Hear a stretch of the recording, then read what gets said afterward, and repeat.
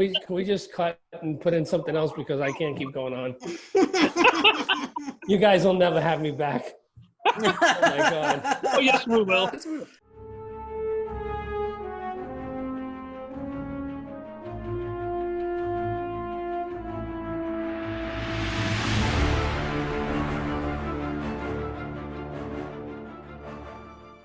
Hey, we're back. This is John. Hey, it's Paul. And it's Eric. And Mike. Again. And it's What If Geeks. We're going to do a Geekly Weekly today. It is April 30th. For those of you who don't know, Mike is my brother. I'm not doing the whole joke again. We didn't record the first 5 minutes of this fucking episode. So we'll do a quick recap and moving on.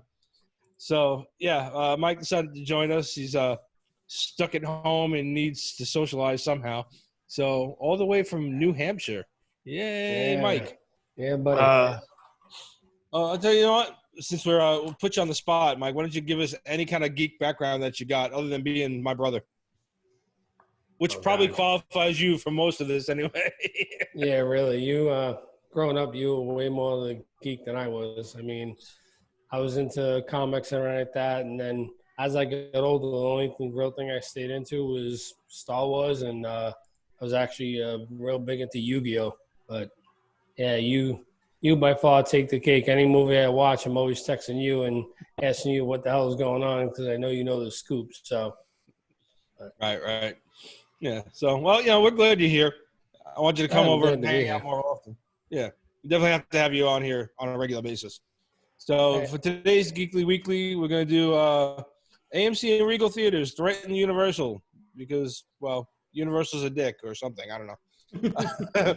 Dirty Dutch Mantle starts a rumor that WWE is being sold to Disney. Disney's Hercules may be the next animated film to get a live-action treatment. Yeah. We got a couple new trailers, and we got some Quaranstreaming for the month of May.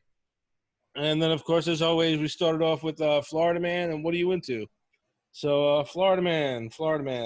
Ever since I started listening to you guys, I always heard, like, some of the ones you were saying and stuff like that. And obviously, you guys probably went over a couple of these. But what I did was before I got on, I did a Google, and it pulled up the this is from 2015, but it says, like, the 47 wildest Florida Man headlines. Awesome. I'm not going to obviously read them all, but there was a couple of really good ones that I just wanted to go over.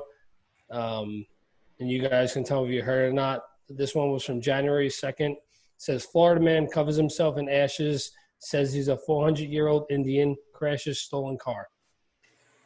That one's new. We haven't done that one. Yeah. So this one kicked on to me because I remember you guys doing the, I don't know what movie it was, and you were talking about how the dolphin went through the windshield. Oh, no, it was The Boys. Boys, the Boys, okay. Yeah. All right, well, so February 3rd, Florida man who had sex with dolphins says it seduced him. Yeah. Hey, look, they got those come hither eyes, you know. In my defense, sure, huh? I just got two more just because of the one that you talked about, John, about the WWE. This one's pretty good. February 15th, Florida man believes wrestling event is haunted by the ghost of Macho Man Randy Savage. And then, John, this is perfect for you because I just saw you with your vape pen, and please don't kill me for this. February 25th, Florida man appears to vape his friend's ejaculate. What? So, and now John takes a puff. Yeah. Salty. If you guys want to go around, is this a record for the sponsors leaving? Yeah. Hey, listen, I try to come prepared. Yeah, wow, and it's got a cup and everything. All right, anyway, moving on. I think that guy came prepared. That was it. I really enjoyed your guys' setup with that and like that, so I wanted to throw a couple out there. But thank you. Awesome. Nice. All right. Well, I've got one. The first one I picked, I realized we actually did it, so I jumped back into Reddit real quick. Mike, that's another one. If you go on Reddit and just look up Florida Man, there's a shit ton of them on there. Okay. So you can have fun with that. Florida Man cop uses taser on Florida woman fiance at her request, then gets suspended after she snitches on him after they break up. Good Lord. What? Like he uses his police-issued taser to do that? Did he hook it to her nipples or what? Yeah, like she wants. Nice. Yeah, she wanted the taser. Yeah. Tase me, daddy. Yeah. Oh wait, it gets better now that I'm on. I opened it. St. Pete. So there you go. St. Pete cop used taser on fiance and family friend. The two gave Officer John Pace permission to use the weapon. Police said he was handed a 160-hour suspension without pay. Tase me, bro. Tase me, daddy. Yeah, it probably works a lot for cops like it does for those of us that were in the military, where you got like a story to tell, like, oh yeah, I had to do this or that, gas chamber or something. Somebody's like, I want to do that. But in this particular case, he's like, you know what? I got a stun gun. I just do it to you right now. We can do this right here. Oh yeah. We could do this right here. We can do it right now. You want to do it? Pretty sure that's how it went down. Probably. There was drinking. Oh yeah, there was definitely drinking involved. Somebody was drinking. All right. So I got one this week that just to show that you don't actually have to be an idiot to be a Florida man. So the headline of this one doesn't is, hurt. Florida man dresses up as Grim Reaper and vows to visit U.S. beaches that reopened too early. So this guy is actually a lawyer. Case didn't go anywhere.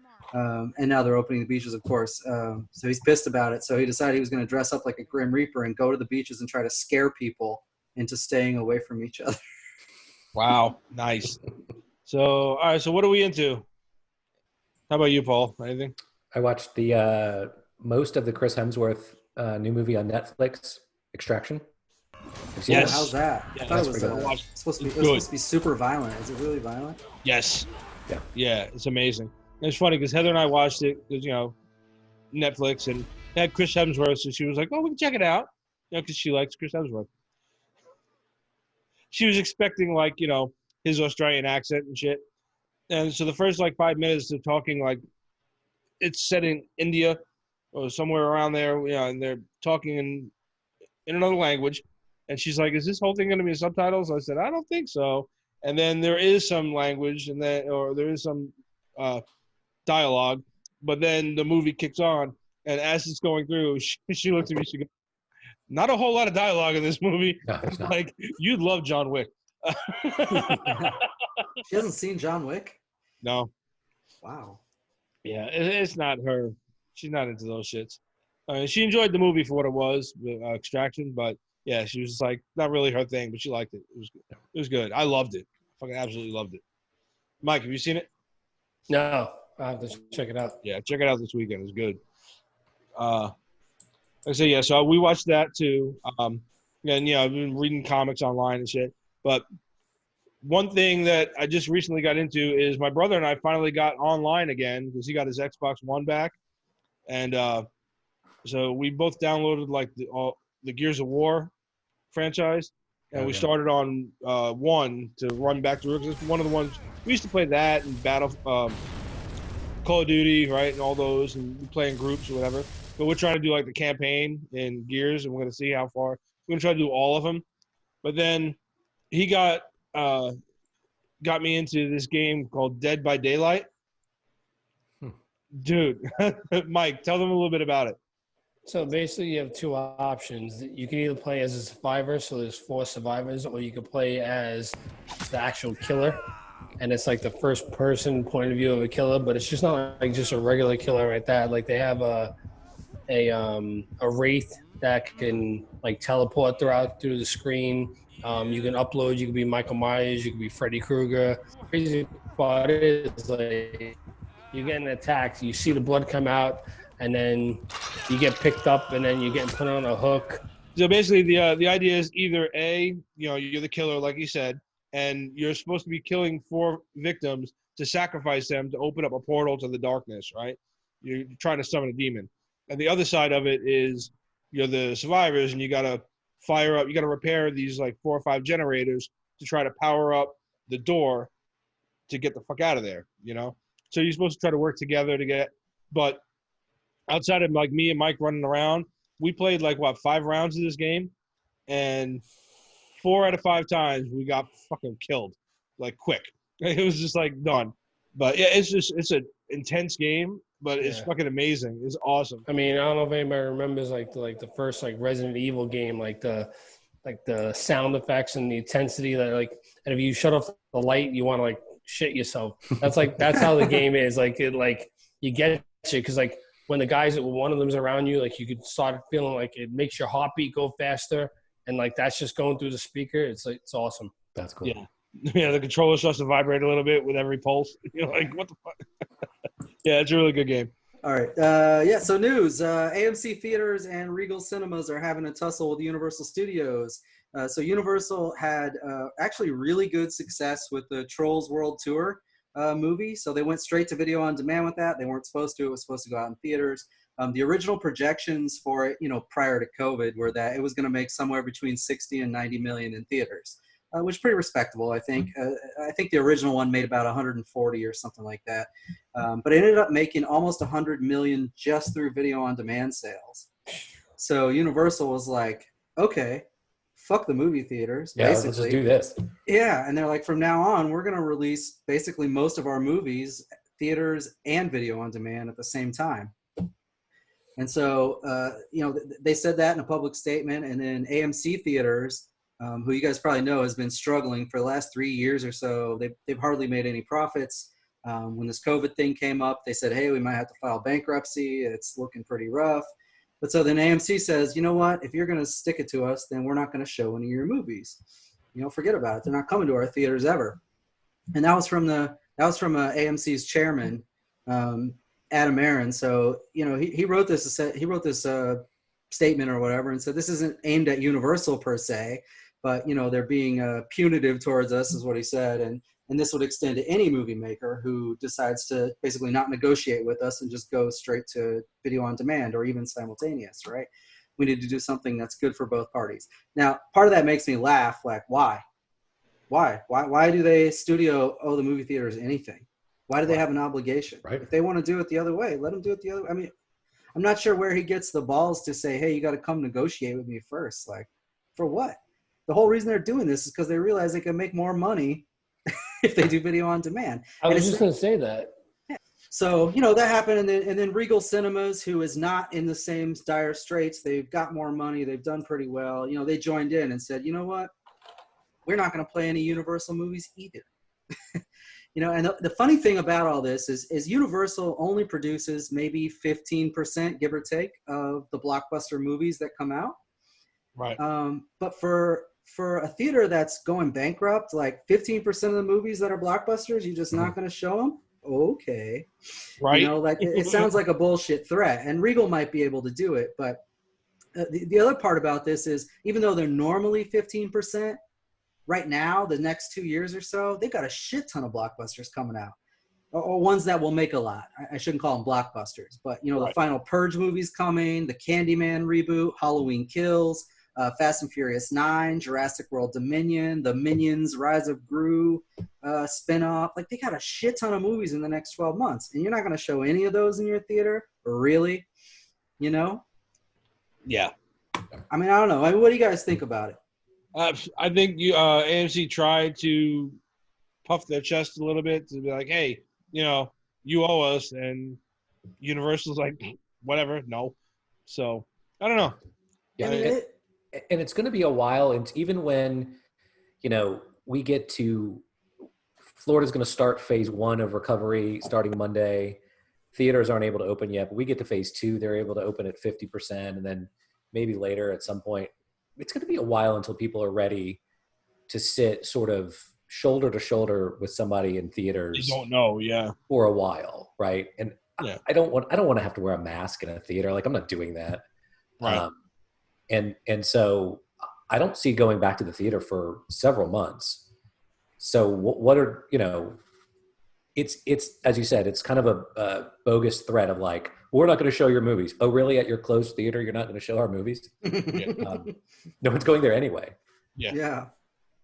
I mean, it's pretty telling, right? That almost $100 million for Trolls and like that. And then what is it? Because it's just a rental fee, right? A $20 rental fee. Yeah, $20 for 2 days seems to be the new standard now. Yeah. That's just telling you how many more people are sitting at home like, all right, we're going to get a movie. So why would you not just jump on that and be like, all right, well, let's take whatever we can. Obviously, save your big movies, whatever, if you want, for like a really big release and like that. But stuff like that, dump them out there. Get whatever you can out of it. Yep. And if you think about the number of people that have been, like you mentioned, you got furloughed. I have a wife and 2 kids. If I would have taken them to see Trolls in the theater, probably $40 in tickets and another $30 to in snacks and crap. Yep.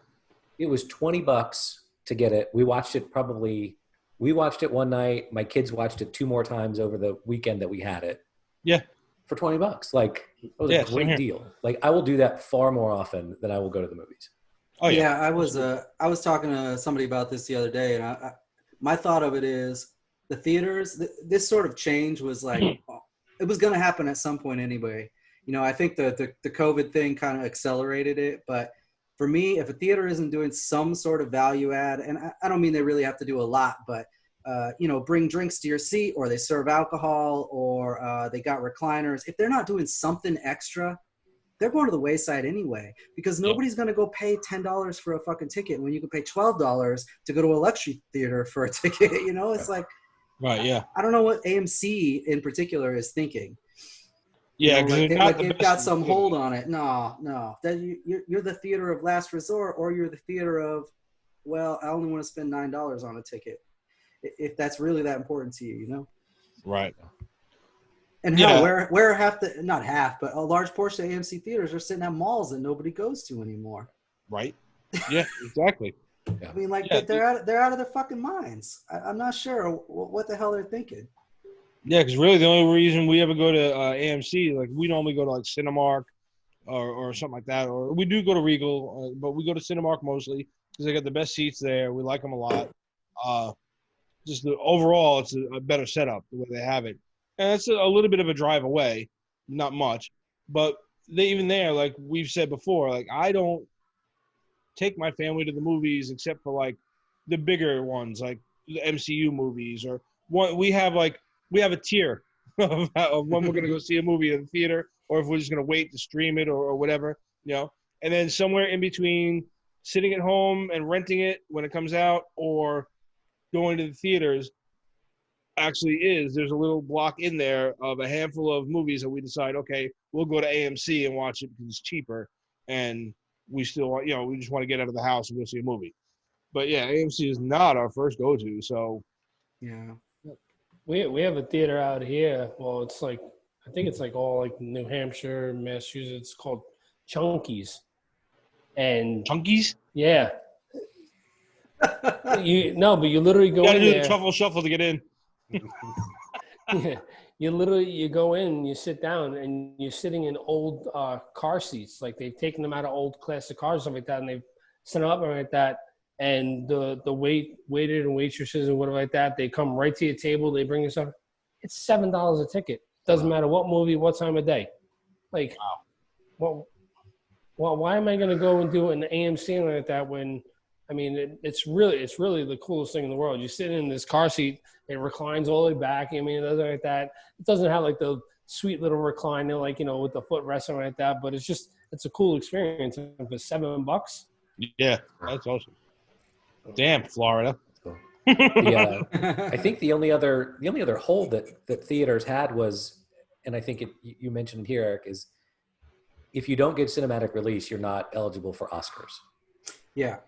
Right. Yeah. Right. Yeah. And so I think this is going to be temporary, but it might set the stage for something new. But the Academy of Motion Picture Arts and Sciences said that anything that was originally scheduled for a theatrical release, but instead went straight to video on demand, or if they did a limited release and they were still going to be eligible for Oscars, at least this year.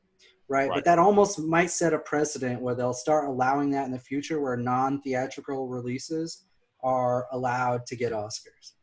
It'd be cheaper for Universal to buy a theater in Los Angeles, just own it, and, and show their movie there, and then put it up for an Oscar.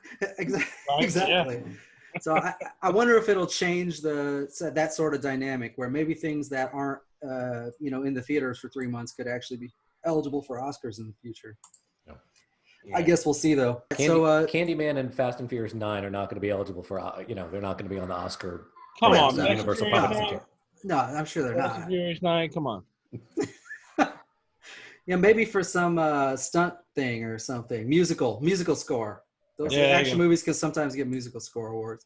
All right, so WWE. So Dirty Dutch Mantel, who was a wrestler like in that must have been the early '80s or something for WWF.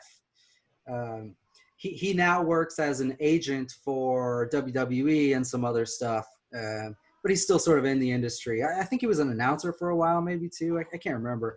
But he dropped this rumor the other day. I think it was on Twitter that Vince McMahon was going to sell a WWE franchise to ESPN and Fox, right? Which basically means sell it to Disney. What brand they put it under is really not that critical. But so this rumor kicked off. And not long before that, Vince McMahon had said at the annual investors call, or the quarterly call, that he was confident WWE would find a buyer. And it was sort of an odd comment because WWE is not technically for sale. It's not like they've got an open book and said, hey, people come buy us. But he had been talking for quite a while about people buying the streaming rights to WWE, right? So that they could have a streaming service doing all the events and everything, instead of having it on cable TV or whatever they're going to do. So it was sort of ambiguous on the investor call. What was he talking about? Was he talking about the streaming rights, or was he actually talking about selling the entire network off? So then again, Dutch Mantel started this rumor that they were getting sold off. So I don't know if it's going to happen, but it's kind of an interesting concept. Disney owns too much already, but I couldn't imagine them owning WWE. Like, where does that fit in their portfolio? I don't know. They're revenue. Oh well, yeah, sure. I mean, yeah, it's the biggest wrestling network ever. I don't know. If they do buy it, get ready for like back in the '80s type of wrestling stories. Yeah. Eat your prayers and say your vitamins. Yeah, that one. Yeah. So yeah, like it's gonna be Disneyfied, like everything else. Yeah, the divas are gonna put on burqas and longer stuff, and no more ring girls. Oh. Ooh, she showed ankle. They'll all be in long dresses or something now. Is that how that works? Yeah, princess dresses. Yeah, right. Oh, that'll be the first thing they do. Perfect crossover event. Yeah, you'll have live action Elsa in there. Round one. She'll do a little fucking ice throw off or something before she leaves the ring. It'll be great. They could have a princess battle royal. That's what they'll do. One female wrestler dressed as a princess comes down to the ring every 2 minutes, and they're all trying to throw each other over the top rope. They'll do it. I'm in for that. I would watch that. Never mind. I'm back in. This is starting to sound like fetish porn, guys. Are you sure? All right. So next story that came out this past week was that Disney is reportedly going to do a live-action remake of Hercules. This one is apparently planned to be a theatrical release rather than doing straight to Disney Plus like they did with Lady and the Tramp and Robin Hood and the Lilo and Stitch reboot that's coming. They are supposedly looking at 3 different directors, and they haven't talked to any of them yet. So this is just the studio having ideas. But looking at Jon Favreau, who of course did The Mandalorian, but also Iron Man and some other stuff, right? Joe and Anthony Russo. He did Lion King and Jungle Book. They did Jungle Book? Yeah. I didn't even know he did Jungle Book. Yeah, all right. Yeah, he did a really good job. So I'm in there. And then Joe and Anthony Russo, who did several of the Avengers things, and then Gore Verbinski, who did the Pirates of the Caribbean movies. So those apparently the 3 directors they're looking at doing for this. So I guess that could be okay. I know this isn't a casting couch episode, but I thought it'd be fun to just talk about who might fill some of these roles in the movie. Well, off the bat, before we get into what else you wrote here, if they do this, they have to bring Danny DeVito back to play Phil. To play Phil. I was going to say that. Yeah, that's too perfect. Yeah, Phil. What's the show he's on now? Or, well, he's been on now. not Curb Your Enthusiasm. You're talking Always Sunny? Always Sunny in Yeah, Philadelphia. Always Sunny. Yeah, I get all those mixed up because I don't watch any of them. But yeah, apparently like everybody loves him in that show, and he's always doing wild, crazy shit. They just got to get him to reprise it, but now he's a real life Phil instead of. Yeah, it'd be amazing. Yeah. So who would you think for Hercules on this? Because I would love for Kevin Sorbo to come back, but I feel like he's like 60 now. I bet he could play like one of the other gods or something. That would be fun. Yeah, I like you wrote Chris Hemsworth. Chris Hemsworth. Yeah. You can have Chris Hemsworth do it. I feel like he would sell well. I'm not so sure that he's the best guy necessarily, but for Disney's sake, I feel like he would sell really well. I think with the Thor build, like when he gets bulked up for Thor, yeah, it would be a good sell. Who else is in I that? can't think of anybody else. Pain and Panic, the two. They're straight CGI. Well, then you got to get Bobcat Goldthwait to come back. Is he alive? Yeah, he's alive, right? You know what I was thinking they could do, because Disney always wants to be big in diversity, and you got to have minority people in. Why don't they bring in Peel and Key to do Pain and Panic? Like they did Bunny and Ducky in Toy Story 4. Yeah, all right, never mind. Okay, I'm in. I'm in. I do like Bobcat, though. I mean, he has a voice that you can't replicate, but. Right. That's why I kind of want him back as that one. So James Wood. James Wood. Is he too old to come back and do like a real life Hades? Because How could you be too? I think you could have an old person. There's a lot of CGI, right? CGI like you did Thanos. Yeah.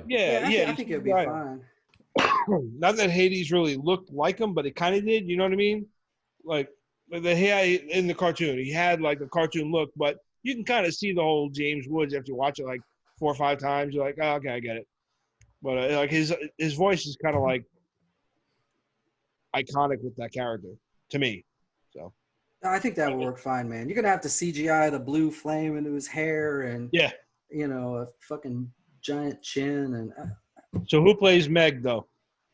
Well, I was thinking I'd like to see Mila Kunis in this role just because, but that'd be good. I'm not sure that she's actually quite right. Who was the chick that played Princess in the remake of Jasmine? Because I actually really like her, and I feel like she. Oh yeah, she was the. Not that you can have the same princess. Yeah, you can't have the same princess on both. Yeah. But she'd be good there. Vanessa Hudgens.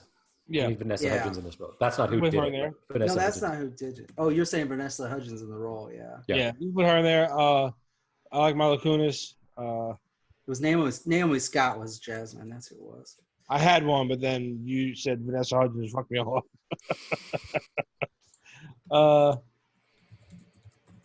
Nope, ain't coming back. Fuck it. That's all right. No worries. Oh, well, if you're gonna use Chris Hemsworth, what about Tessa Thompson? Like she's in a couple of things with him that they got good chemistry. She's Valkyrie. She, Yeah. They're a really good actress. I like the Mila Kunis one. That was really cool. Because just for the kind of sort of innocent, but has that you know what I mean? Like just for the Meg role, when you know what she is in the movie, you can kind of see it. Yeah, I feel like there's a proportional thing to that too, because like Hercules is a lot bigger than Meg. Yeah. Yeah. And Mila's tiny. Yeah, when you get to be an adult and you watch that cartoon again, you're like, ooh, those proportions don't work out at all. Well, all right, Mike, what do you think of all the Disney remakes? Are you sick of them? Because we're kind of like 50-50. Yeah, I mean, some of them are all right, but then like some of them, like, why'd you even bother?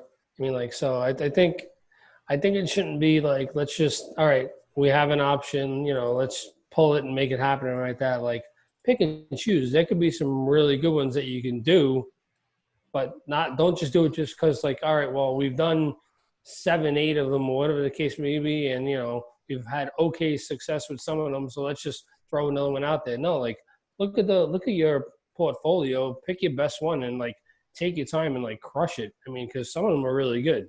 Yeah. So. Like, Mulan looks good. We're all looking forward to that one. It just looks really good.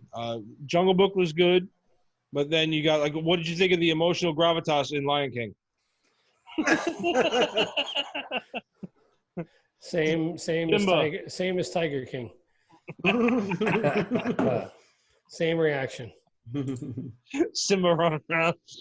Fucking Carol Baskins. Right. Carol fucking Baskin. Who killed Mufasa? Carol fucking Baskin. Oh, it's perfect. So for trailers, we had a couple come out this past week. The first one is called Proximity, and it's about sort of this young scientist guy who works for NASA, and he receives a mysterious signal from like a NASA satellite he's working on or something like that. He sets out to investigate it, and he ends up getting abducted by aliens. And then when he comes back, nobody believes him. Nobody understands why he was gone. They all think he's full of shit. And so that's where the movie starts off. Now, that trailer leaves, I feel like, a lot out. Like, you know, you see some trailers and you feel like, damn, I just saw half the movie, I'm pretty sure. I don't feel like that for this one. I feel like you didn't give me enough. You know, like, I think maybe the aliens have done something to him and he might have some powers or something. There's some points in the trailer where he, like, puts his hands up, or he puts his hands through, like, a blue bubble or force field. I feel like something might be going on with him, but they really didn't let up on it. They really didn't let any info out. Yeah, that anal probe did something to him.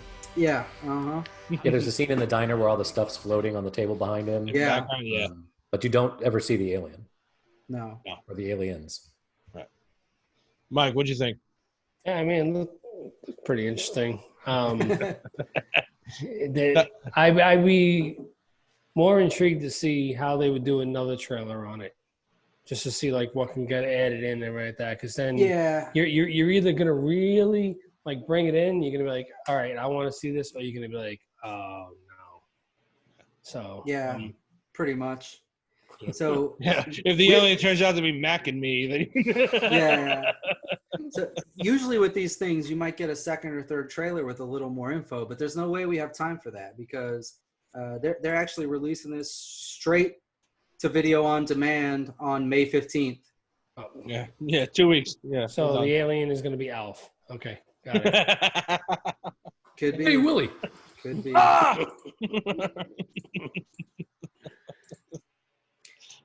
So I guess we'll see where that goes. The second one is a lot more interesting, at least for me, since I've been playing the shit out of Call of Duty, and I feel like somebody stole this idea out of a Call of Duty game.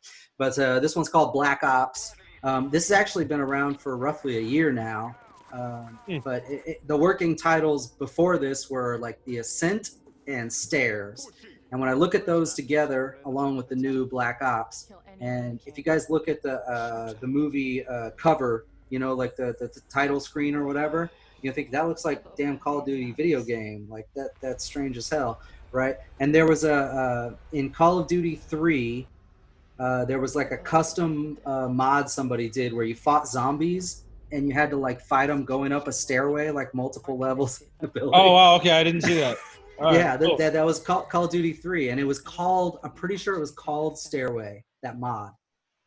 And you fought, because Call of Duty 3 had the zombie mode or whatever, but somebody did a mod for it where you had to like ascend a stairway and get to the top and kill all the zombies. Anyway, I feel like somebody made a movie off this, but it's from an independent studio. It has nothing to do with, at least intellectual property wise, has nothing to do with Call of Duty or anything, but right. I mean, what do you guys think? I feel like, to me, this looked like military action movie meets a zombie movie meets a first-person shooter. Yep. It's weird. There's two scenes at the front and the end of this trailer where you see like the first-person view of holding up a gun with the NVGs on or something. It's like, what the hell? Yeah. It's definitely, it definitely looks like someone took an idea from Call of Duty. Like, this could turn out to be the best video game movie ever made. What do you think, Mike? You just watched this, right? Yeah. Like, as soon as it stopped, I wanted to be like on live because it was just like, what in the holy fuck?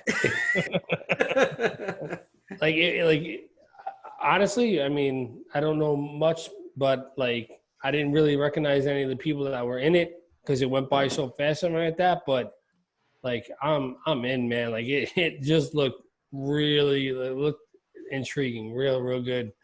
And as soon as it happened, like when I saw you send it the first time and it said Black Ops, I'm like, that's Call of Duty. Yeah. Black Ops.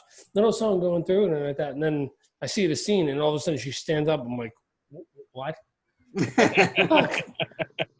That was the subtitle for Call of Duty 3, wasn't it? Black Ops, wasn't that the subtitle for that game? Yeah. I feel like they had like the little black shield. Yeah, I feel like they're blatantly ripping it off. I think so. It was like Call of Duty meets Evil Dead.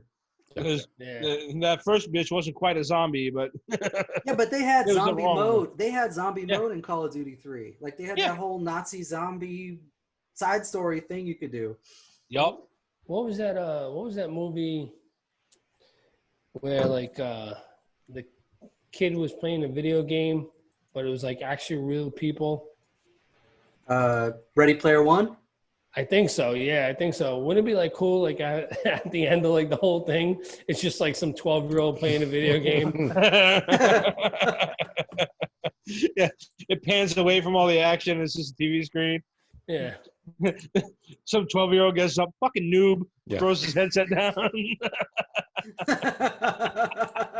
That would be the most epic way to end a shitty movie. That would be really hilarious. Really? Last thing I want to do is Quaranstreaming, the titles that are coming up on Netflix and all that this month. And I'm going to blow through these really quick this time because I got a scrolling screen y'all can look at while I'm saying it. So on Hulu, May 1st, we got Aeon Flux, Batman Begins, The Conjuring, The Dark Knight, Demolition Man, Escape from Alcatraz, Friday the 13th, Part 3 and 4, Goodfellas, The Green Mile, The Patriot with Mel Gibson, Universal Soldier with, what the hell's that guy's name? Jean-Claude Van Damme.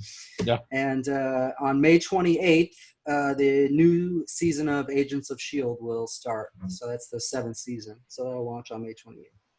Nice. That's everything for Hulu, who I think is probably the winner this month. And they rarely have good shit, but they actually have a lot of stuff coming this month. Yeah, can we rewind and call out the fact that he said Goodfellas? Did I say Goodfellas? I think so. Joe Pesci's going to come pay you a visit. Sure he will. The fuck's so funny about me? What am I, like a clown to you? HBO Now, which will actually become HBO Max on May 27th. If you haven't followed, I think we talked about this several times now, but if you have the HBO Now service, it'll become HBO Max on the 27th of May. You'll have all the same shit you have, plus all the extra shit that comes with Max. But anyway, so May 1st, they get Contagion, Cowboys and Aliens, Dick Tracy, which I haven't seen in over a decade, and I kind of want to watch it.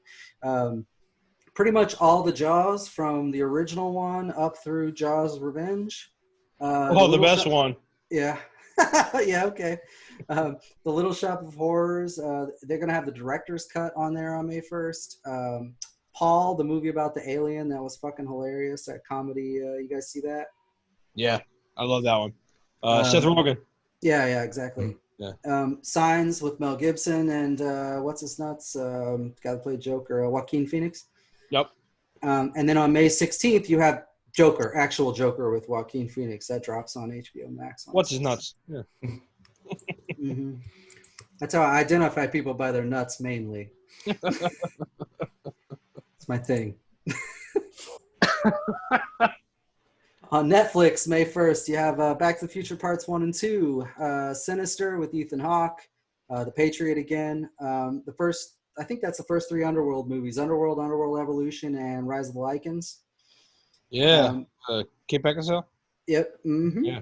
Mm-hmm. Yeah, nobody else in that movie as far as I know. No, that's just her. I didn't see anything else. I didn't even know what the fucking thing's about. May 15th, District 9. What would you say? Oh, he said bestiality because of the wolf. May 15th, you got District 9. May 20th, Season 6 of The Flash starts on Netflix. Actually, the whole thing drops that day. And then May 25th, the Uncut Gems, which was in theaters not too long ago. That's Adam Sandler. Adam Sandler, thanks. Yeah, I heard really good things about it. I heard really good things about it too, but I never had any. I mean, the promo videos, the trailers, they weren't really that exciting, so I was never really like in a hurry to go see it. But my friend Hector said it was really, really good. And, I want to check it out when I saw it. Like, there's like 3 different versions of Adam Sandler. You know, there's like the original shit we used to watch, like Billy Madison version. Yeah, Billy Madison, Happy Gilmore, right? Then there's like the shit that he was doing with like grown-ups and like basically him and his friends running around like the goofy comedy shit. That's like okay. some of them are like they're hit and miss. You know, some of them are funny. Other ones are just like Jack and Jill. But then there's this one too, where he did this one. He did. There's also like 10 movies with Drew Barrymore. Yeah. Which Please God, put maybe those in 4 the of them are trash. okay. Yeah. Please put them in the trash. But then didn't he do one with Kate Beckinsale? Rewind? Was that Adam Sandler? Or am I confusing myself? Click, Selma Hayek, right? Yeah. Yeah. Selma Hayek? No, that was Kate Beckinsale. No. Click was Adam Sandler and his wife was Kate Beckinsale. Right. And he got that remote where he could like pause real life and rewind it and fast forward and shit. Christopher Walken was the guy in the Best Buy. Yeah, he was God that gave him a remote. He gave him the best universal remote ever. Why you want to fast forward through sex with her? I don't know. I don't know. Amazon Prime is a little bit short this month, unfortunately. May 1st, they have their new series Upload, which is like a sci-fi satire comedy series. It sounds like it could be pretty funny. I believe they're dropping the whole season on that day, so you can binge watch the whole thing if you want. They're also getting Friday the 13th, parts 3 and 4, Escape from Alcatraz, the Clint Eastwood movie that's probably from the late 70s, but I feel like it was good anyway. And then the Vast of Night, which is the thing is set in the 1950s, but it's a modern concept where they get a signal from somewhere. You know, it's kind of interesting. On Disney Plus, you have May 1st, Homeward Bound: The Incredible Journey, which I only bring up because my whole family wants to watch it again. I haven't seen it for probably. So in other words, your whole family wants you to cry. Okay. Yeah, basically. Yeah. Pirates of the Caribbean on Stranger Tides, Star Wars: The Clone Wars. This is the season 7, episode 11 will come out on the 1st. And then 3 days later on the 4th, they're going to do the season finale, which is Victory and Death. That'll be the final for season 7. Also on, May 2nd is John Carter. And then also on May 4th, you're going to have Rise of Skywalker will drop early on Disney Plus. So anybody that hasn't seen it can see it on there.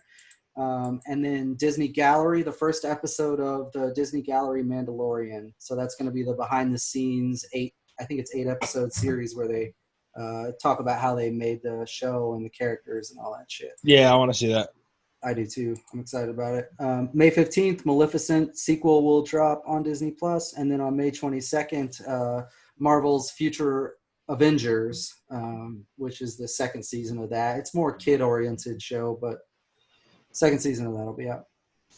Nice. Hey, also dropping May 4th is our Star Wars adventure. Yeah. Also May 4th. So you can tune into YouTube and check out our Star Wars episode. Indeed. We'll see if we can convince Mike to hang out for it. All right, cool. Well, everybody, let us know what you think of the weekly, what you're looking forward to watching in your Quaranstreaming that may or may not be coming to an end. We don't know because they put out random shit in the news. So we'll find out. Someday we'll open and we won't be talking about this anymore. Or, well, we will, but, it won't just be streaming shit. There'll be other shit to talk about again. But let us know what you think about, movie theaters and Universal and the idea of just watching shit at home for the rest of your life. Hit us up, whatifgeeks.com, whatifgeeks@gmail.com, Instagram, Twitter, Facebook. Comment down below, subscribe, ring a bell, hit a bell, smash a bell, do something to it. And that's it. All right, good night, Tony. Good night, Vanessa Hutchins. Good night, Kate Beckinsale. Good night, baby Jesus.